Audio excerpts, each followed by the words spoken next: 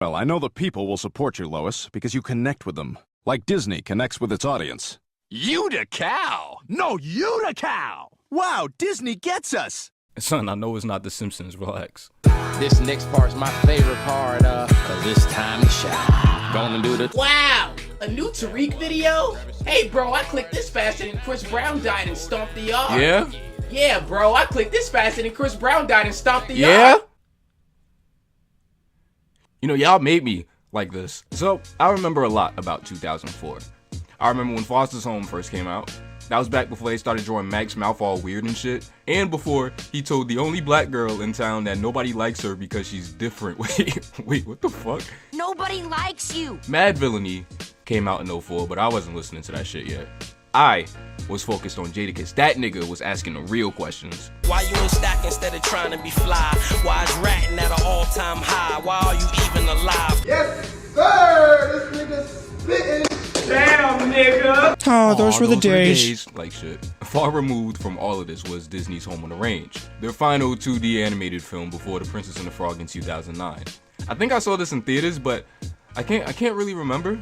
It seems so far removed from that time period, you know? It left like no cultural impact. Son, I don't even remember if there were like Happy Meal toys or anything like that for this movie, and that's saying a lot because I remember when The Jungle Book 2 had Happy Meal toys. This ain't the commercial that I remember, but I swear to God I remember these shits. And a Jungle Fun McDonald's Happy Meal? Over the years, if you're an animation fan, you've seen the hate that this film gets. They say it's the worst thing ever, they say it killed 2D animation, yada yada yada. Which, newsflash, y'all seen how much money Treasure Planet lost? Or Sinbad? You saw Sinbad in theaters? Yes! Not me! Niggas was just doing anything back then, son. Even like Teacher's Pet made it to theaters. We were doomed from the start. Y'all really about to blame this on the Roseanne cow? That was good. But in terms of the film's quality, the question has been on my mind recently. Man! What did he do to make them niggas that mad? I hadn't seen it in years, so I wanted to strip the film of all of its stigma and bias and look at it for what it is. But, much like everything else in my life, I did not want to do this alone. With me, I'm here with someone who loves Kim Possible a lot. Hi, I'm ILoveKimPossibleALot. I know my username is weird, but that's kind of the point. Thank you, Joe from the comments, for pointing that out. I never noticed that before. Alright, KP, you ready to talk about Home on the Range? Yeah, sure. Hey, are we gonna talk about how it took you 3 months to finally start writing this video? And answering my emails? Some may think we should call this video an unbiased look at Home on the Range, but that doesn't sound cool enough, now does it? So, well, here we are. This is an objective.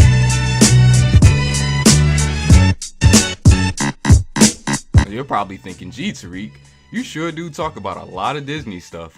You've got some attitude, mister. Home on the Range is a story about a cow named... Huh? Oh, another sponsor. Goody. No. My sponsor. Just think of this as reparations. Today's video is brought to you by the service Skillshare. Skillshare is an online learning community with thousands of different classes covering dozens of different creative topics, all taught by well-versed professionals. Premium membership gives you unlimited access, so you can join whatever classes or communities you feel like are right for you. Whether you want to feel your curiosity, creativity, or even your career, Skillshare is honestly the best place for you to go to continue to develop whatever your craft is. Not as classes on poster design, animation, editing, but since one of our biggest problems with Home on the Range is the character writing, spoiler alert, I wanted to recommend Lindsay Summers' The Creative Writer's Toolkit, Writing a Character Study. It's a pretty straightforward class on the art of understanding your characters and making them stand out more so people's only way to identify them wouldn't just be Roseanne Cow. I say that a lot in this one. Skillshare is also wild affordable, especially in comparison to pricey in-person classes and workshops. And it's all curated specifically for learning, meaning there's like no ads or anything like that. And they're always launching new premium classes, so you can stay focused and follow wherever your creativity takes you. An annual subscription is less than $10 a month. But I'm broke. Yeah? Nah, I'm stop fucking with you, bro. The first 1,000 of my subscribers to click the link in the description will get a 2-month free trial of premium membership, so you can explore your creativity without having to put the bag up. At a time where there's just so many important conversations going on outside, your voice is more essential than I think you even realize. Just explore your classes to unlock your creativity. You never know who needs to hear your voice. Just go to Skillshare.com/ToonerificTariq5. Skillshare.com/ToonerificTariq5 for 2 months completely free. Alright, where was I? Oh yeah. Home on the Range is a story about a show cow named Maggie, voiced by Roseanne Barr, before all of the, all the herd in her farm is taken one day and her owner can't afford to keep her anymore. So he brings her to a little patch of heaven, home of 2 other cows, Mrs. Calloway and Grace, voiced by Jennifer Tilly. It's Bonnie, son!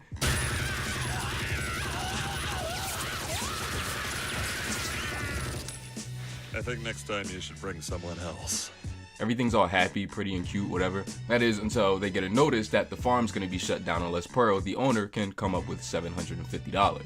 I originally wrote $800 in this script because that just makes sense to me, but no, it's $750. This movie just has no regard for my OCD, huh?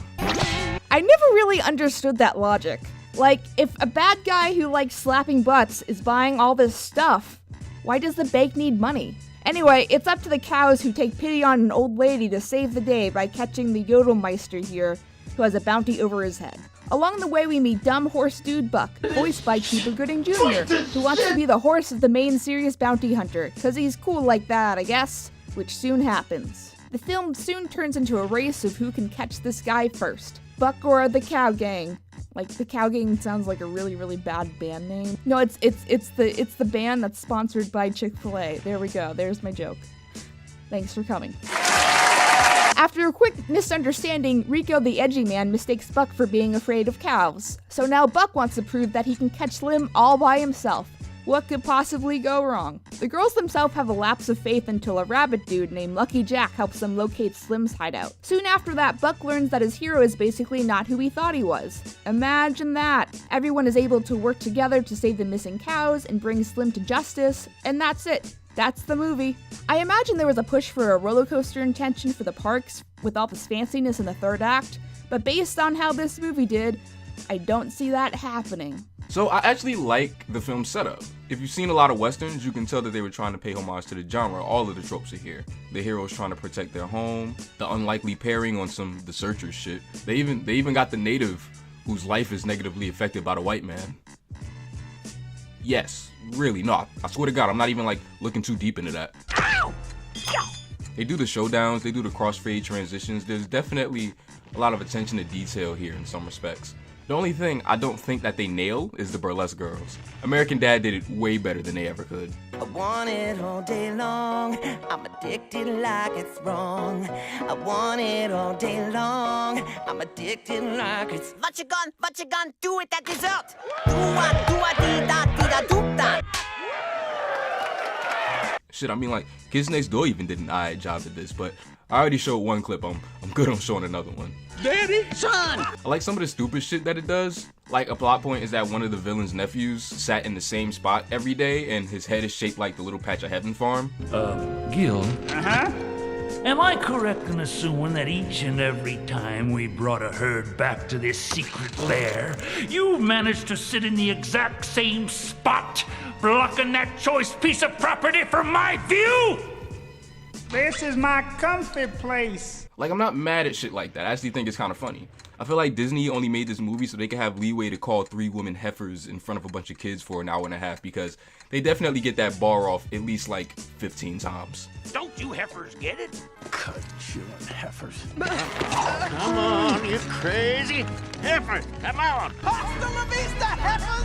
It's a fun story, but it does kind of end up on the hollow end. One of the main issues with this story is that it's too simplistic. Like, this shit might have been cute if people have never seen a talking animated cow before or something, but the level expects you to get is a little insulting. You can guess where the plot is going within 3 minutes of the runtime, and for the most part, much of it is played straight. Oh no, we gotta save the family farm. What are we gonna do? I mean, how many cartoon episodes have had a premise that's similar? I don't mind that this movie takes that approach. On paper, cows saving the world could be funny. Sounds like Chick-fil-A went too far. Chick-fil-A isn't even that good. I don't get it. But this is a goofy setup, and acknowledging that aspect is a key part of making the audience feel for it. I feel like we just got a bunch of stupid cow jokes instead of some Emperor's New Groove style breakdowns. Another issue is that the pace of the story just kind of felt off. Like, we don't have time to really get to know our characters. There are some films that spend song numbers or even like 10 to 20 minutes establishing our main characters, but the plot of the movie is the driving force here.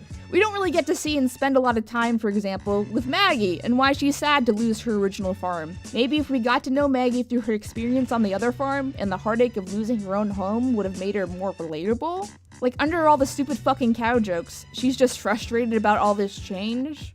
What about our old owner? Does she miss him? Is this like Toy Story where characters just learn to move on? But then we had a whole Toy Story movie about that, so that doesn't make any sense. We're not invested in what's going on because we don't really know enough about these characters. It's just some cute animals, and I guess we're expected to automatically sympathize with that? Haven't you bitches seen Animal Farm? I know what's really going on in these farms. There's just so much going on for the sake of the plot, it's hard to really focus on the characters growing, or really any aspect of empathy for these characters.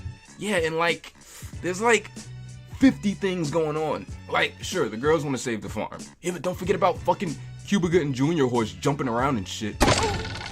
Who put this here? He wants adventure? I guess, because nothing goes on in his town. Then he gets the chance to ride with Rico, a bounty hunter who looks like he's going to be the villain of the film. And then they go off to look for the yodel nigga too. Then like,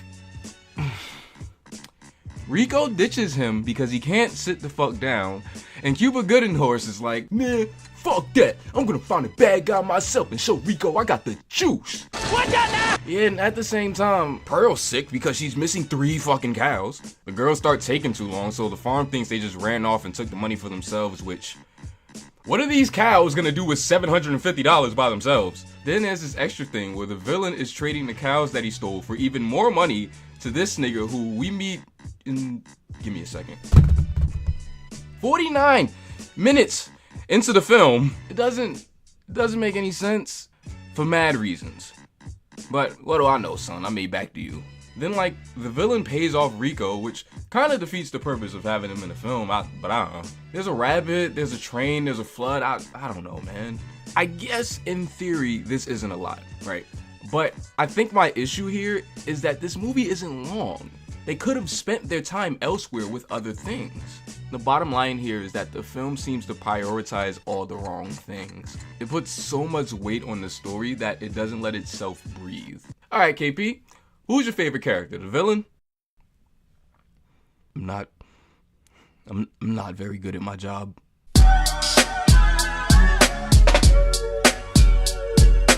Man, I hate this guy. I mean, don't get me wrong, I love his song and the colors used in these clips. His design is bangin'.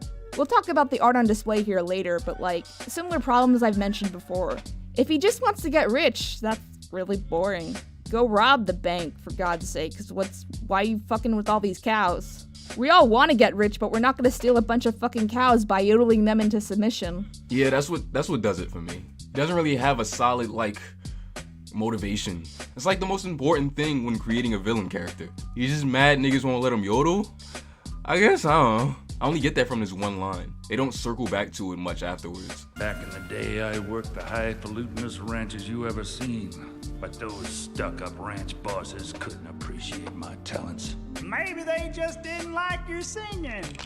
It's not much of a motive, it's so weak. The streets don't like it when I sing Mary J. Blige, You Bring Me Joy out my window, but you don't see me out here stealing dairy. Don't meet your heroes, kids. Of all the things in the movie and discussing it with multiple people, I think Alamina's song here is really fun and catchy.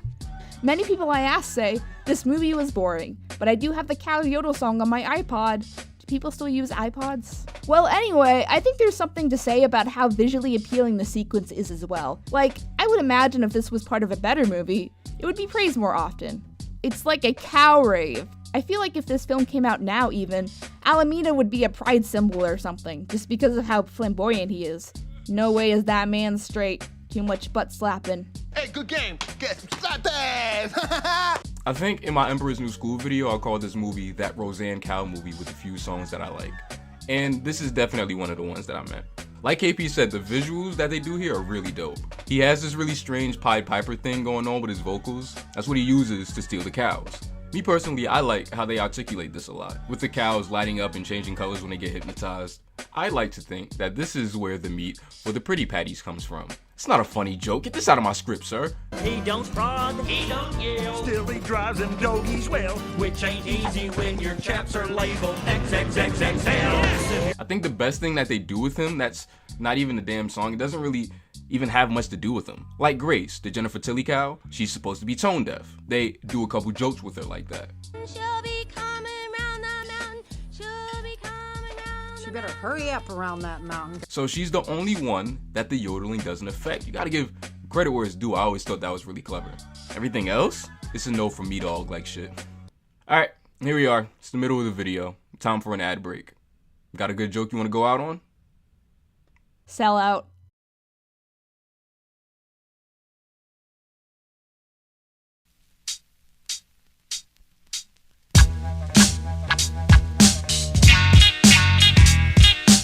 We already talked about the yodel song scene, but the rest of the film just flows. Bitch, you checking out these backgrounds? I bet if you showed someone some of these backgrounds without the context of the movie, most people would find them appealing and put them in their ranch home styles, like in a frame or something.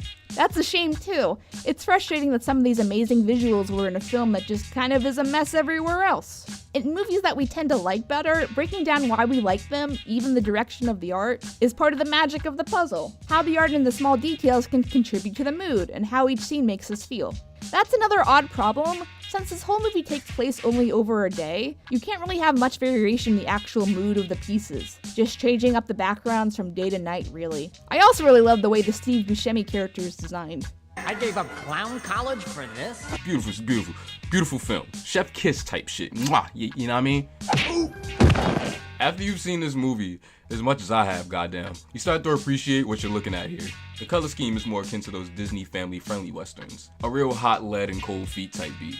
I really like these character designs. This is my favorite era for Disney design-wise. Heavy on the sharp edges, expressive shapes, blocky hands. Real like Emperor's New Groove vibes here in full effect.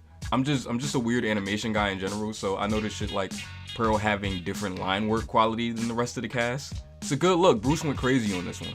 You remember him, right? He made that one cartoon that white people love to tell me that they saw. Why do you have a list of all the girls? Well, I have a boys list too. What? You can actually tell he did it because of Sugar Mama's hair. Pearl might be my favorite character to look at throughout this whole movie. You can really feel the weight and the charm whenever she's on screen. There's a nice bounce and big warmness to these expressions. She's so like three-dimensional in form. Look at some of this stuff. It's like watching the Golden Girls, son. They didn't do blackface, I swear to God, it's fine. Put the episode back up, Hulu. We ain't asked you for this. You're making a damn fool out of yourselves. They do some cool stuff with the songs in this one. Y'all know I'm a sucker for musicality. Like with this head nod right here and how it catches the beat as it builds up, it gets me every time. But, I don't know, I don't think the movie fully commits to being a musical. The characters don't even sing, not including the villain. It's all just like montage music. I remember the songs, but that might only be because I saw this movie 4 times in preparation for this video. Please send help. Also, I have in my notes that these T-shaped cow asses look weird. I wasn't sure where to put this. Another problem with this movie is that everything seems to be on a smaller scale. We don't really get any big establishing shots to show just how big the world is. It seems like the whole movie is just surrounding these handful of characters. Bitch, this is supposed to be the Wild West. Pick up a map and see how big that is. It's a big part of the country. I played Oregon Trail. It's a lot of space. Even shows like Westworld have these big establishing shots just to show how big of a playground we're dealing with here. I mean, it seems like the whole movie just takes place down the street from each location, with some exceptions here and there. I think my biggest problem with the animation is that it doesn't feel cinematic. It's not the quality, it's just as good as any Disney movie. But look at the staging, the blocking. This doesn't feel like it was meant for a theater. It just doesn't feel massive, like KP was saying. It's really tight, really bland staging. They could have lowered the horizon line so many times, son. That would have made this film so beautiful. It's not all bad. They do a few things where I'm like, oh, okay, this is definitely a film. That showdown shot might be the best one in the entire movie. This shot is cool too, with all the fireworks around them and stuff. Everything else is really simple though. You could have put this exact staging on television and nobody would even bat an eye. And see, the thing is, that's what Westerns are. Westerns are big, Westerns are grand, Westerns are kinda racist. Yeah, I mean, like, it's okay to like these still, but just stay woke, y'all. Motherfuck them and John Wayne, huh?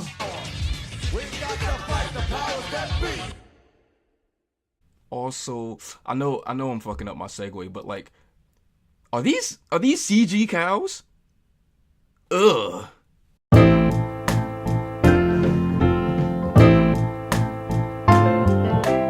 Earlier in the video, I talked about Buck's role in the film and other things that make the story a little bit more convoluted, much more convoluted than it needed to be, and admittedly, while typing it, I did kind of feel like I was complaining about nothing. But I think my main issue with this film is that it just throws so much of this, but doesn't give us enough time to care about any of it.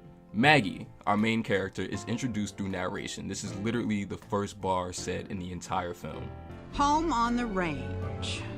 Once upon a time, I had a home on the range, but not anymore. Like, come on, son, you gotta show, don't tell. This is the exact problem that I had with the Hey Arnold movie. We can't find our footing, we're just thrown in. There's no way we can care about Maggie's home if we don't see it. They tried this a little with the Little Patch of Heaven farm, and it works out alright. Like when Pearl finds out that she has to sell the spot and they play a sad instrumental reprise version of the opening record.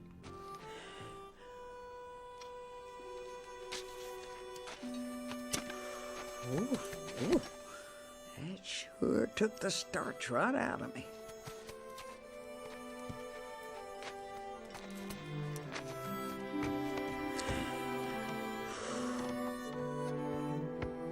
I am sorry, girls. I'm just plumb out of ideas. But, you know, Maggie's the one with the whole they disrespected my hood plot. So I remember when the Real Gems did this video on The Simpsons episode in Maggie Makes 3, the Do It For Her joint before Steven Universe made it all sad and shit. In it, he says this. It's true that from a narrative standpoint that the Homer-Maggie relationship isn't that integral to the series. But the episode treats us like adults, trusting that we will understand the immediate bond felt between a parent and child. In other stories, this kind of character turn runs the danger of coming off as being completely nonsensical. We'd put on our smart little critic hats and wonder, why did Homer change his mind so arbitrarily? Isn't that bad writing? That's exactly what Home on the Range does. The movie depends on us to understand how important a home is to a character, but you can't do that all the time, son. It just doesn't, storytelling doesn't work that way. They try to give it to us like half an hour into the movie, but it's not much. What's going to happen to the cow who lived there? She'll be okay. How do you know? You're looking at her. This was your farm? Mm-hmm. We had, like, a family too, you know. What happened? Alameda Slim happened. Imagine how powerful it would be if we met her family, if we saw how happy she was. Shit, even if it was longer. The scene was so short, I was able to play it without getting a copyright claim in YouTube land. That's saying a lot, son. Like I touched on earlier, we don't really know much about these characters outside of what the plot needs them to be. Because of this, there seems to be some distance between us, the audience, and the stakes of the movie. We have this whole drawn-out scene where we're supposed to be sad about the farm, and then there's this song and everything. But even if we can't guess the plot, we don't really care except for the cute animal aspects of things. Like, it almost seems like a manipulation. The script says this is the part that you're supposed to be sad at, so cry, goddammit. Maggie, since she's not really fleshed out as a character, she feels super isolated, and you can either invent some further empathy of what she's implied to have gone through, or she's just really annoying, and if I hear one more goddamn cow joke, I swear. The other cows are similar. Man, you know what I didn't wish for? For Bonnie from Family Guy to be a motherfucking talking cow who is just the same one of the group. It feels just so sincere and invented. Like, I don't care. We gotta make the characters more sympathetic, yo. Actually, you know what? I kind of want to touch on that sad scene because it's really where this all started to come together for me. It's when I realized the second biggest problem with the film. Long story less long, Rico tries to give Buck back because he can't sit the fuck down, but Buck runs off to prove that he's good enough to capture the bad guy. Maggie and Mrs. Calloway get into an argument while there's a flood going on, and this really sad song plays. I always thought it was the best done part in the entire film.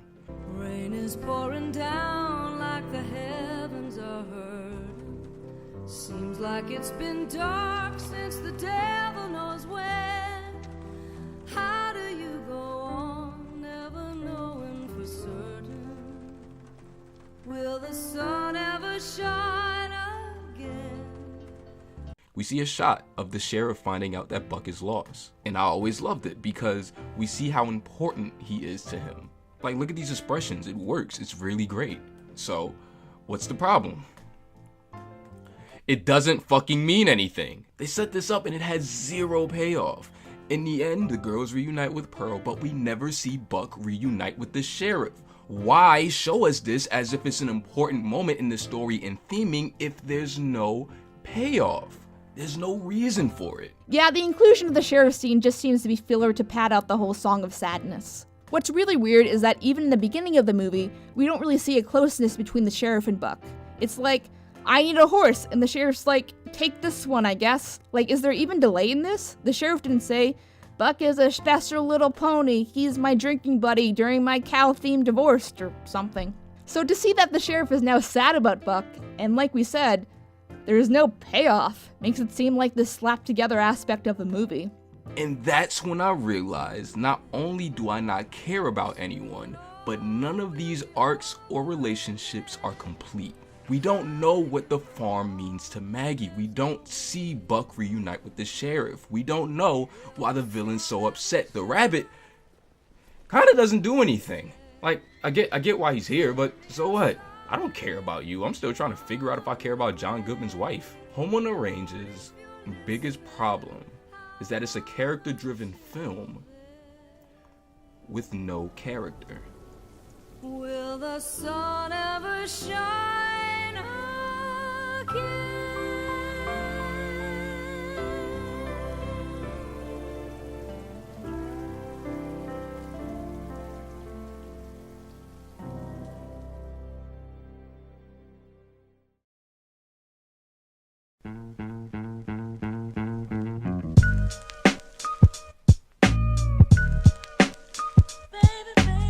Overall, this is kind of a film if you know what you're going into.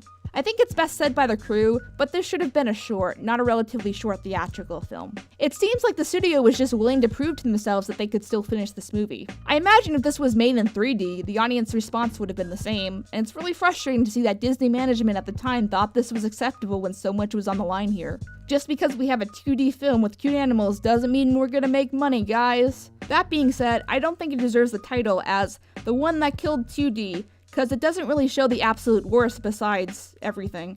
Like the plot, and the characters. You know, the important stuff. There are other really great aspects on display here too, and if put in a stronger film, would have turned out really well, you know? It just seems a little lazy and forgettable, but is it horrible? Did I want to jump off a bridge while watching it? It's tolerable, it's fine, it's okay guys. I think bad timing and poor executive choice was the real killer of 2D, not really of this film. Yeah man, like KP said, I don't mean to be the world's first fucking Home on the Range apologist, but I feel like everybody's been extremely too hard on this film. Home on the Range is a film with a lot of issues, but it's gorgeous and it's really fun. Shit, I mean, at least the damn cows learned something. That's more than you could say for something like The Little Mermaid. This your favorite movie? The one where the little white girl puts her whole hood in jeopardy for a dude that she can't even fucking talk to, doesn't even apologize, and she still gets a happy ending? Yeah, alright. Well, listen, look. I only know one thing for sure. I can finally scratch this shit off my to-do list! Seriously, do you know how fucking long I was supposed to do this fucking video? I don't even want to do this shit. I don't want to think about a home, a range, a cow ever again. Matter of fact, who wants Five Guys?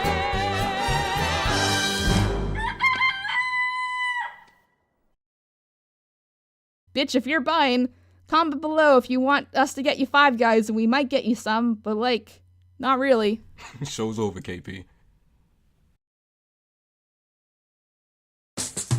This is a story of a dairy farm? Now we're talking. Hope it's not one of them fat-free places.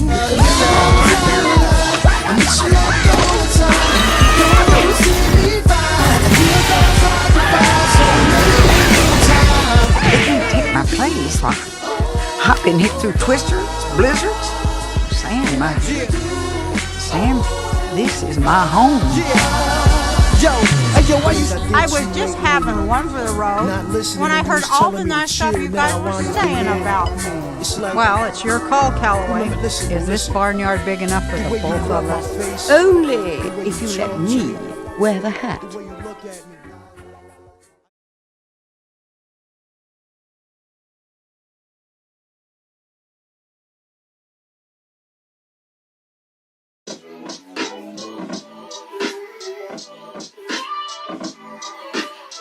Captain America, what are you doing? Come on, we gotta go over there. We gotta fight all these guys. There's aliens coming through the goddamn sky.